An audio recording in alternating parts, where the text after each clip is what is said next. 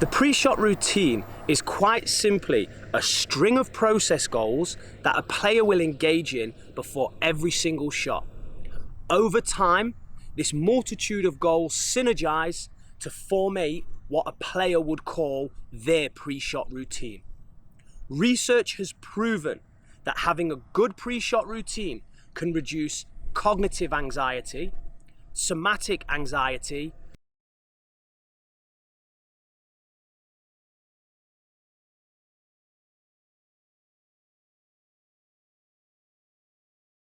and avoid adverse psychophysiological changes that can affect the golf swing. Players that fail to develop an effective pre-shot routine will suffer loss of attentional capacity and fail to focus on the desired task. Selective attention to threatening stimuli also becomes a problem for players that fail to develop an effective pre-shot routine. Think back to the previous module when I stood and hit the shot over water.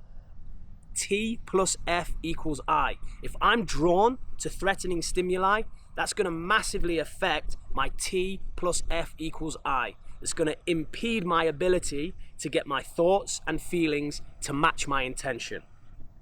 Now, before we go into what a great pre-shot routine is, let's take a time out and watch one of the world's best players lose their process under stress.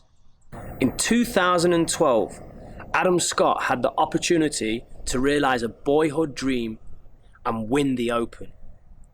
Unfortunately, in the closing few holes, Adam blew a 3-stroke lead as he shifted away from process-orientated thoughts and started to think of outcomes. When I teach students this, I talk a lot about the blue triangle.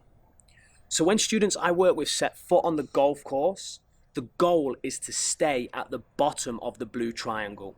This is process orientated. If students start to think about outcomes, we call that climbing the triangle. And I'll often make this sign to students and ask them, where are you on the triangle right now? In an attempt to get them back to the bottom and focusing on their process or their pre-shot routine. Okay. Let's watch Adam Scott fail to close out the 2012 Open. Please pay close attention to the words that the commentators are using and pay even closer attention to Adam's post-round interview. I want you to count how many process thoughts he mentions and how many outcome thoughts. Okay, Ramel, roll the video. The most important tee shot in the life of Adam Scott. 7 bunkers in play for Adam. 9 including the 2 ones down the right side, which are at 310 from the tee. Good luck. What must be going through his mind right now?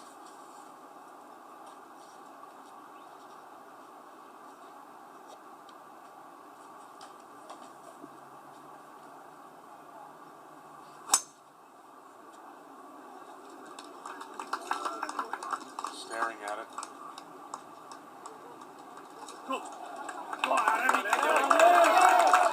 Got down the left-hand side today. Nothing people have put those bunkers today, but he's found them. My goodness.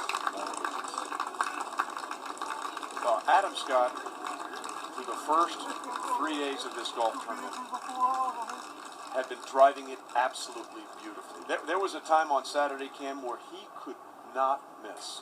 He looked poised, confident, in control, had that birdie putt to give him a 4-stroke lead, and now he is desperate to find a par just to force a playoff. Well, look, all that's great, but you have to wonder exactly what's going through Adam Scott's mind right now, Kim. He had a birdie putt to give him a 4-stroke lead on the 14th hole. Yep. And since then, he's gone bogey, bogey, bogey, and all week long, what have we said about the fairway bunkers here at Royal Lytham? They are a 1-stroke penalty, and if there is indeed a 1-stroke penalty, Adam Scott won't even find his way into the playoff for the Open Championship. Yeah. Look at that stance.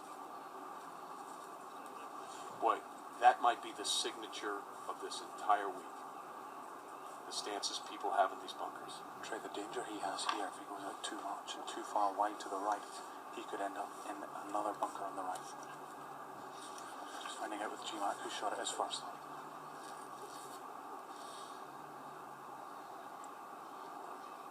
Well, if anything, Kim, this is where you have to rely on the advice of an experienced caddy like Steve Williams, Kim. Yeah, he's been there. He's got to get the weight into the hill. Don't get too far behind it. Oh, medicine always tastes bad, doesn't it? He's trying to figure that out. And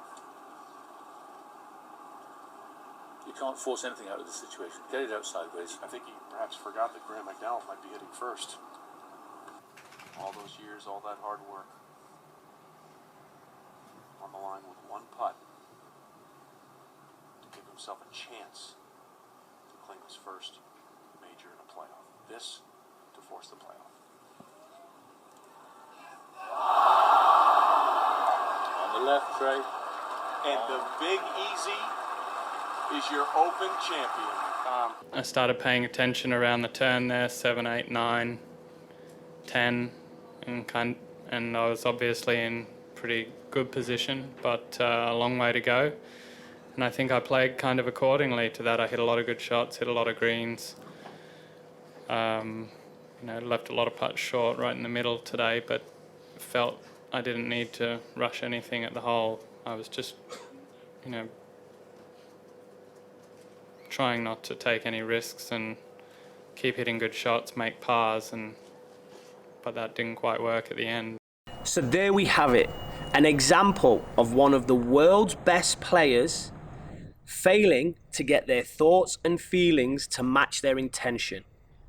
They make the shift from a process-orientated mind to an outcome-orientated mind, ultimately climbing the blue triangle and going around the red arrow spiral. This results in them not being able to access their best golf swing when it mattered the most. So, what's the solution? How do we stay at the bottom of the blue triangle? We power our pre-shot routine with a 5-step process called Osphere. Osphere is modeled from watching the best players in the world compete at the highest level, and it's also based in science and research. So, let's do this. Time to learn what Osphere is and how you can coach it to your students.